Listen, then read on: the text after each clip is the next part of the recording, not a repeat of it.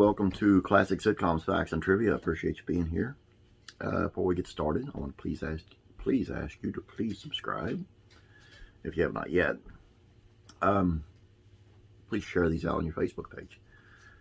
Today's video is on some facts about the show Cheers. This is one of my favorite sitcoms. So, I hope it's one of yours. Let's see what it's about. Creators considered setting the bar in a small town or a desert.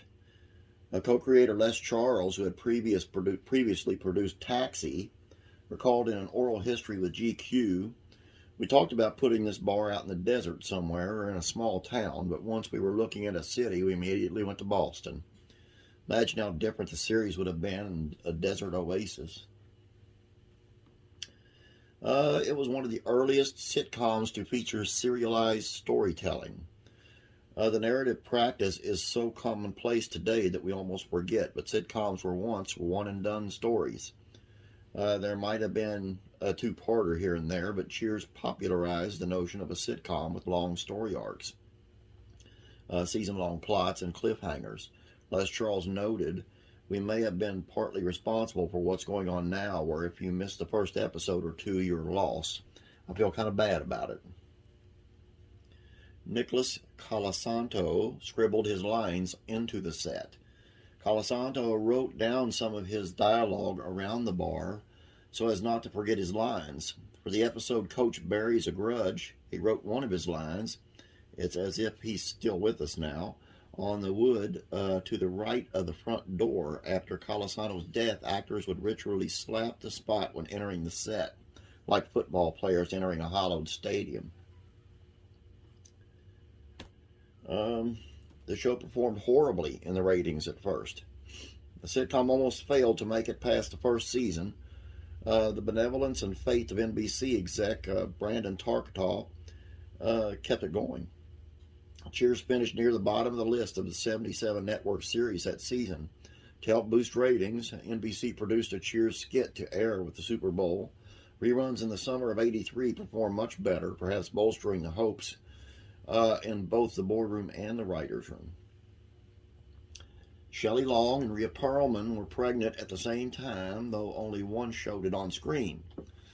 Both performers gave birth to children in March of '85. Perlman's pregnancy was written into the season 3 of the show. On the other hand, writers kept Long's pregnancy out of the plot, which is why you will find her sitting behind desks and standing behind the bar quite often that season. Norm's real first name was Hillary. Hillary R. Peterson was named after his grandfather, who once killed a man for laughing at him, or so we learned in season 9. And supposedly the R stands for resourceful. George Wendt's actual wife played Norm's wife. Norm's wife, Vera, is heard, never seen, in a handful of episodes. Wendt's real-life spouse, Bernadette Burkett, provided the voice of Vera. Burkett did get to show her face on screen in one episode, however, under a mask. She played Tinkerbell in season 3's Fairy Tales Come True, where she had a thing with Cliff. John Ratzenberger originally auditioned for the role of Norm. How different might it have been? After missing out on the part, Ratzenberger reportedly came up with the character of Cliff himself, successfully suggesting that the bar needed a know-it-all. Speaking of cast, what-ifs. John Lithgow, Janice Ian, Fred Dreyer, and Ed O'Neill also auditioned for bigger roles. Actually, the last former football star Dreyer was close to landing the role of jock bartender Sam. He did end up on screen as sportscaster Dave Richards in a handful of episodes. Future Married with Children star O'Neill also tried out for Ted Danson's role. David Alan Grier was also near to nabbing a spot in the cast as a never-seen character, but alas, that never happened. Lucille Ball almost played Diane's mom. Writer-producer Kevin Levine told of how the comedy icon almost became part of the cast We heard the first year that Lucille Ball loved Cheers, and we all thought she could play Diane's mom. We thought that would really boost the show. Ball met with co-creators Les and Glenn Charles. However, the television legends eventually backed out of the role, sensing that I Love Lucy lovers would find the new character too drastic a leap from her established on-screen persona. Kirstie Alley brought Prince to the set. The Purple One was a fan of the show. One time I brought Prince to the set. He's a friend of mine, and he asked to come, she said. The theme song lyrics originally began with a line about the Red Sox.